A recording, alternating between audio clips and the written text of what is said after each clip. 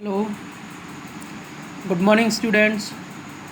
Today we are going to study the poem A Thing of Beauty. Poem को पढ़ने से पहले आपको इस पोएम का नेम पता होना चाहिए कि इसका मतलब क्या है. थोड़ा क्लोजली देखिए.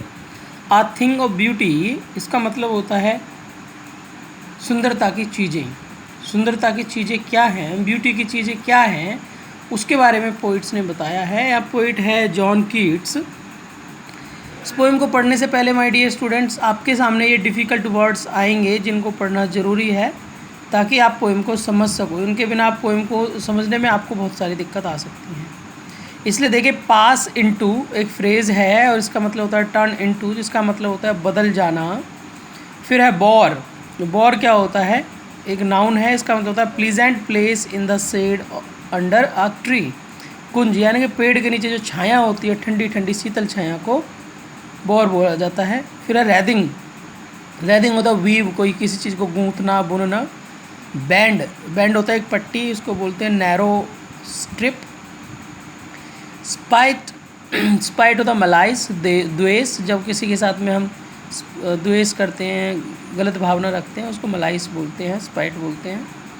फिर है डेस्पोंडेंस. डेस्पोंडेंस का मतलब होता है डिसअपॉइंटमेंट, निराशा. डर्थ. डर्थ का मतलब होता है लेक, कि किसी चीज़ में कमी. नोबल. नोबल का मतलब होता है लोफ्टी, कोई ऊंची चीज़, उच्च चीज़. फिर है ग्लूमी. ग्लूमी बोलते हैं सैड को, उदास होने को. डार्केंड बोलते हैं एविल को, अशुभ कोई हो जाता है, गलत जो हो जाता है, गलत रास्ते को हम गलत चीज़ को डार्केंड बोलते हैं, अंधकार में.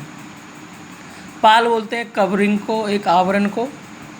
स्पिरिट्स बोलते हैं इनर सोल, जिसको हम अंतर आत्मा बोलते हैं, उसको स्पिरिट कहा जाता है. उसके बाद डियर स्टूडेंट ये है स्प्रॉटिंग. स्प्रॉटिंग का मतलब होता है प्रोड्यूसिंग. प्रोड्यूसिंग का मतलब पैदा करना होता है. देखिए, स्प्रॉटिंग में यू साइलेंट होता है, इसलिए हम स्प्राउटिंग ना इसको पढ़ें, स्प्रॉटिंग पढ़ेंगे. देन बून. बून का मतलब ब्लेसिंग्स होता है, हिंदी में इसको हम आशीर्वाद बोलते हैं. रिल्स. रिल्स स्मॉल स्ट्रीम्स होती है, छोटी छोटी नदियाँ. Covered. Shelter of bushes. Covered होता है जो झाड़ियाँ होती हैं, उनकी जो शेल्टर बन जाती है, छाया सी बन जाती है, उनको इकट्ठी झाड़ियों को कवर्ड बोलते हैं. मिड होता है इन द मिडिल. और स्प्रिंकलिंग होता है स्कैटर्ड, बिखरे हुए, कि कोई चीज़ बिखरी हुई रहती है इधर उधर, तितर पितर, उसको स्प्रिंकलिंग बोलते हैं.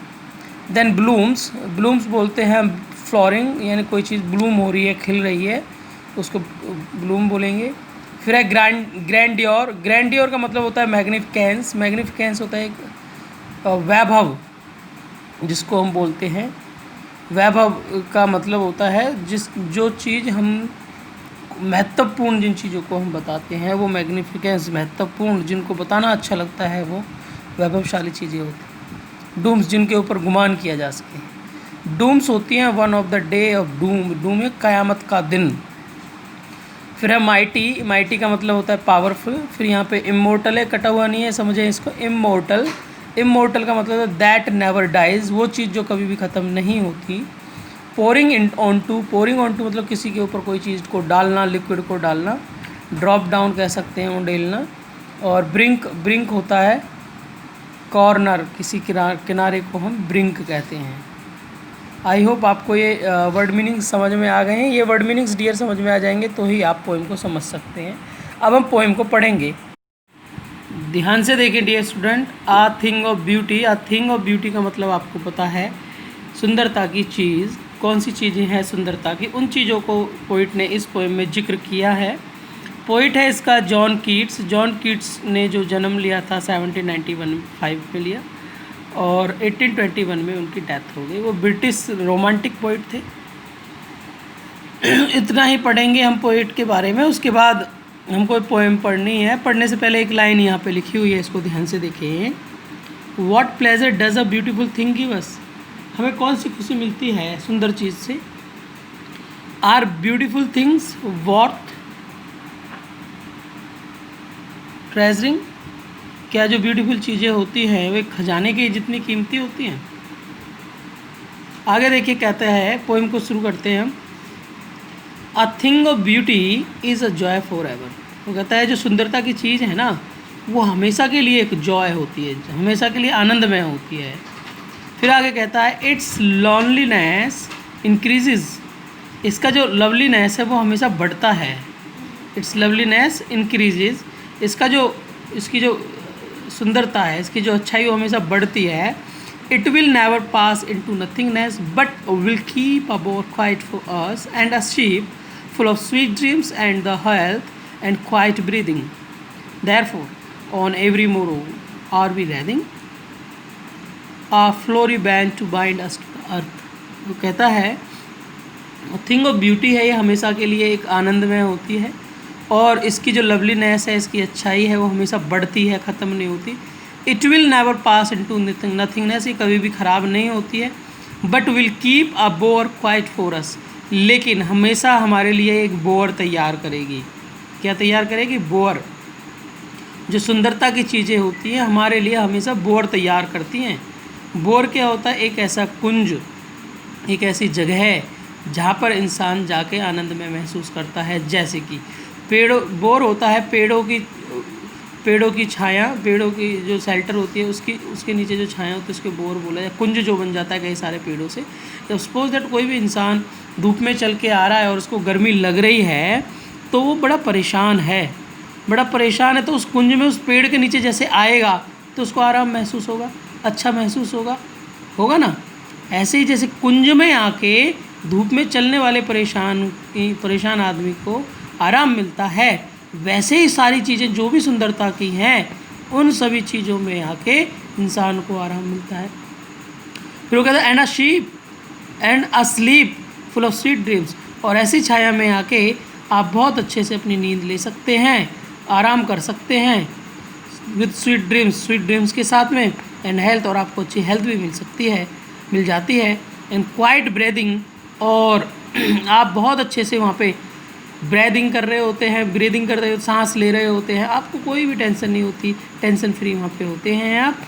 फिर वो कहता है देयरफॉर, इसलिए on every morrow are we wreathing a flowery band, वो कहता है इसलिए हम डेली, प्रतिदिन, हर अगले दिन, एवरी मोरो मतलब नेक्स्ट मोरो, टुमोरो को शॉर्ट फॉर्म यहाँ पे मोरो में लिखा गया है।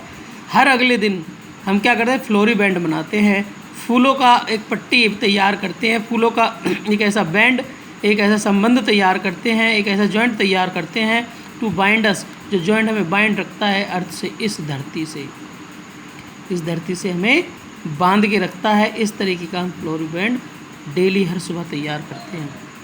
वो कहता है spite of despondence of the inhuman dearth of noble natures of the gloomy days of all the unhealthy and overdarkened ways made for our searching.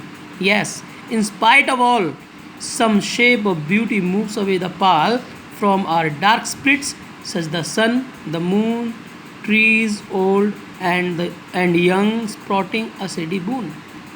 Poet यहाँ कहना चाहता है, इंस्पाइट की शॉर्ट फॉर्म स्पाइट लिखी है यहाँ पे, इसको समझिए आप। इन स्पाइट ऑफ डेस्पोडेंस, इन सारी निराशाओं के बावजूद, पोइट कहता है कि इस संसार में, इस दुनिया में बहुत सारी निराशाएं हैं। कौन सी निराशाएं हैं? ऑफ द इनह्यूमन डर्थ, जो इनह्यूमनिटी है, जो अमानवता की गहराई है, अमानवता बढ़ती जा रही है, ये एक निराशा है। इसके होने के बावजूद कहता है ओ ऑफ नोबल नेचर, इंसानों का नोबल नेचर नहीं रहा है अब। इसके बावजूद ऑफ द ग्लूमी डेज, ये उदासीनता के दिन हैं, दुखी होने के दिन हैं, इन दिनों के होने के बावजूद of all the unhealthy and over darkened ways, जो बेकार रास्ते, अनहेल्दी मतलब बेकार रास्ते हैं, ओवर डार्कन जो गलत रास्ते हैं, गलत रास्ते भी हैं, बेकार भी रास्ते हैं, जो अनहेल्दी हैं, जिनमें बहुत सारी परेशानियां होती हैं, ओवर डार्कन जो गलत रास्ते हैं वो भी हैं। पोइट कहना चाहता है देखिए अमानवता भी है इस संसार में, ऐसा भी नोबल नेचर की भी कमी है, उदासीनता के भी दिन हैं, और जो अनहेल्दी और ओवर डार्कन यानी कि कठिनाइयों वाले और अशुभ दिन, बेकार दिन जो हैं वो भी हैं। इन सभी दिनों के बावजूद ये हैं इस संसार में, इन सभी दिनों के बावजूद, इन सारे दिनों को मेड फॉर आवर सर्चिंग, जिनको हमने ढूंढा है अपने कामों को करने के लिए, हम इन सारी चीज़ों का यूज़ करते हैं। पता yes in spite of all, इन सभी चीज़ों के बावजूद ये सारी चीज़ें हैं, फिर भी some shape of beauty moves away the pall, beauty की कुछ चीज़ें ऐसी आती हैं, कुछ शेप ऐसी आती हैं जो moves away the pall from our dark spirits, हमारे जो अंतरात्मा है उसके ऊपर से जो बुराइयों का पाल है, जो कवर बना हुआ है, उसको मूव अवे कर देती है, ख़त्म कर देती हैं। वो कौन सी चीज़ें हैं, कौन सी शेप हैं ब्यूटी की वो चीज़ें बताई गई हैं। ब्यूटी की चीज़ों को बोला है कवि ने, कौन कौन सी हैं? सच द सन, जैसे कि सन है, जैसे मून है, ट्रीज़ हैं, यंग हो या ओल्ड हो, सारे ट्री हैं, स्प्रोटिंग अ शेडी बून, और ये पेड़ शेडी बून स्प्रोट कर रहे होते हैं, एक ऐसा आशीर्वाद तैयार कर रहे होते हैं जिससे बून क्या होता है? एक वरदान, आशीर्वाद, एक ऐसा वरदान तैयार कर रहे होते हैं जो खिल के हमारे सामने आ रहा होता है। कौन करता है वरदान तैयार? ये सन, मून, ट्रीज, चाहे बड़े हों चाहे छोटे हों, ये सुंदरता के प्रतीक हैं, ये सुंदरता के साइन हैं। इनको कवि ने बोला है कि देखो बुराइयां तो हैं इस संसार में, बुराइयां होने के साथ साथ अच्छाइयां भी हैं, और अच्छाई के भी पोइट ने यहाँ पे साइन बता दिए कौन कौन से हैं, और यहाँ पे जो कवि है उसने बुराई के भी साइन मार्क्स बता दिए कौन से हैं। कहता है 4 सिंपल शीप, कहते हैं सिंपल शीप है, कोई शीप है उसके लिए, एंड सच आर डैफोडिल्स, जैसे डैफोडिल्स हैं, फ्लावर्स होते हैं जो ऊपर से येलो होते हैं, नीचे से ग्रीन होते हैं, विद अ ग्रीन वर्ल्ड में होते हैं, यानी कि देखो डैफोडिल के पेड़ जो होते हैं पीले पीले होते हैं, और उनकी जो नीचे टहनियाँ तना जो होता है वो ग्रीन होता है। इसलिए कहता है जिस संसार में वो पेड़ रहते हैं ग्रीन वर्ल्ड क्यों कहा गया है? क्योंकि जो फूल हैं डैफोडिल्स, उनका नीचे का पार्ट जो ग्रीन होता है और ऊपर से येलो होते हैं, ऐसे ग्रीन वर्ल्ड में जो डैफोडिल्स रह रहे हैं उनके लिए भी ये शेडी बून बनती हैं। पेड़। कौन बनता है? शेडी बून, पेड़ बनते हैं, और मून बनता है, और सन बनता है। एंड क्लियर रिल्स, और जो क्लियर रिल्स हैं, साफ सुथरी जो नदियाँ हैं, ये भी that for them selves a cooling covert make against the hot season, जब गर्मी पड़ रही होती है हॉट सीजन के अगेंस्ट जाके, यानी कि जब गर्मी पड़ रही होती है उस समय पर ये क्लियर रिल्स जो है, साफ़ सुथरा जो रिल्स होती, छोटी नदियाँ, जो नदियाँ हैं ये अपने आप में ही एक कूलिंग कवर्ट, एक ठंडा कवर्ट, एक आशियाना आवरण तैयार कर रही होती हैं तब, और इनको अच्छा लगता है। यानी गर्मी में देखिए हॉट सीजन में अच्छा आवरण, वो ठंडा आवरण तैयार होना किसका प्रतीक है? अच्छाई का प्रतीक है, सुंदरता का प्रतीक है। यानी कि नदी क्या है? सुंदरता का प्रतीक है। और डैफोडिल्स के लिए सुंदरता का प्रतीक क्या है? शीप के लिए सुंदरता का प्रतीक क्या है? मून, ट्रीज और सन। फिर वह कहता है rich the mid forest brake, जो मिड फॉरेस्ट ब्रेक है, यानी कि बीच जंगल जो है, बीच जंगल का ब्रेक यहाँ पे बोला गया है डियर स्टूडेंट, घने जंगल को। फिर वो कहता है जो बीच जंगल में जहाँ बहुत घने पेड़ रहते हैं, rich with a sprinkling of fair musk rose blooms, जहाँ पर बहुत सारे फेयर मस्क रोज़, जो रोज़ के फूल होते हैं, गुलाब के फूल होते हैं, खिल रहे होते हैं, ब्लूम कर रहे होते हैं।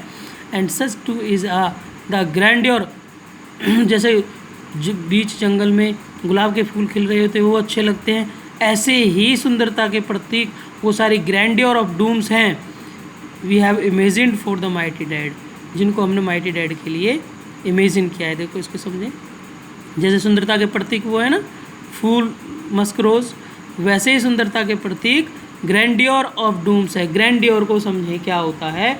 ग्रैंडियर होती है वो वैभवशाली कहानियाँ जो माइटी डैड, जो हमारे माइटी डैड का मतलब है जो वो लोग पूर्वज जो ताकतवर थे, माइटी थे डैड, लेकिन डैड हो गए, लेकिन उन्होंने जब नाश हुआ, डूम्स क़यामत के दिन आए, क़यामत के दिनों पे उन्होंने खूब सारा संघर्ष किया, और ऐसे संघर्ष किया, उनके संघर्ष को आज अगर हम सुनते हैं तो उसको सुनना हमें बहुत अच्छा लगता है।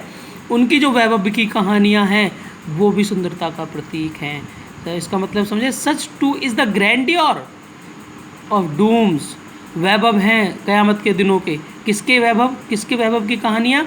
माइटी डैड, वो शक्तिशाली लोग जो डैड हो चुके हैं आज, लेकिन हमारे पूर्वज हैं, उनकी क़यामत के दिन उनकी वैभव की कहानियाँ भी एक सुंदरता का प्रतीक है। जैसे कि मान के चलो आप अपने दादाजी के बारे में सुनते, भाई मेरे दादाजी पहलवान थे, भाई मेरे दादाजी स्वतंत्रता सेनानी थे, उन्होंने अंग्रेज़ों के साथ में लड़ाई मोल ली और अपने देश को आज़ाद करवाया। कितना अच्छा लग रहा है इसको सुन के, ये सुंदरता का प्रतीक है। ऐसे ही अगर all lovely tales that we have heard or read, वो सारी की सारी सुंदर कहानियाँ जिनको हमने पढ़ा है और सुना है, वो सारी सुंदरता का प्रतीक हैं। और ऐसा है, ऐसी सुंदरता है an endless fountain of immortal drink, एक ऐसी सुंदरता है वो कभी ख़त्म न होने वाले अमृत का जो पानी होता है उसका फाउंटेन के बराबर। कैसी सुंदरता है ये सारी चीज़ें? एक ऐसा फाउंटेन जिसमें अमृत का पानी होता है, अमृत होता है और पोरिंग ऑन टू अस, और हमारे ऊपर गिर रहा होता है from the heavens brink, heaven के किनारे से, है ना, स्वर्ग के किनारे से। कौन सी चीज़ें बताई गई हैं भाई? Fountain of immortal drink, fountain of immortal drink बताया गया है सुंदरता के प्रतीकों को। और सुंदरता के प्रतीक, सुंदरता की चीज़ें आपको कौन सी बताई गई हैं भाई?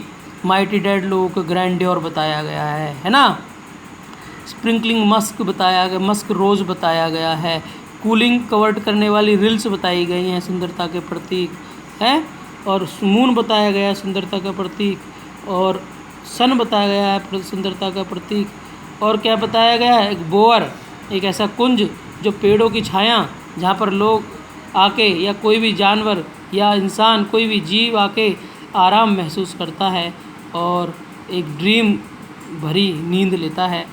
ऐसी चीज़ों को सुंदरता का प्रतीक बताया गया है कि ये सुंदरता के प्रतीक हैं, इन चीज़ों से हमें कुछ सीखना चाहिए।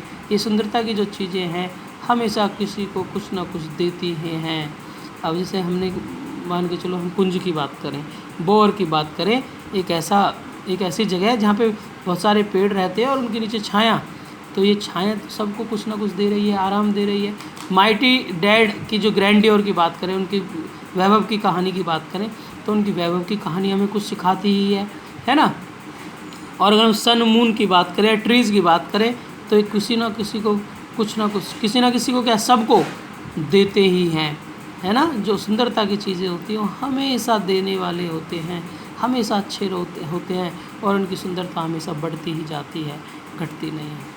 आई होप आपको पोएम समझ में आई डियर स्टूडेंट्स, और समझ में आई है तो आप स्टैंजा वाइज इनके क्वेश्चन आंसर्स करें। कुछ क्वेश्चन आंसर्स मैं भेजूँगा, कुछ स्टैंजा से आप करें, और इसके छोटे बड़े लॉन्ग वॉन्ग सारे क्वेश्चन करें।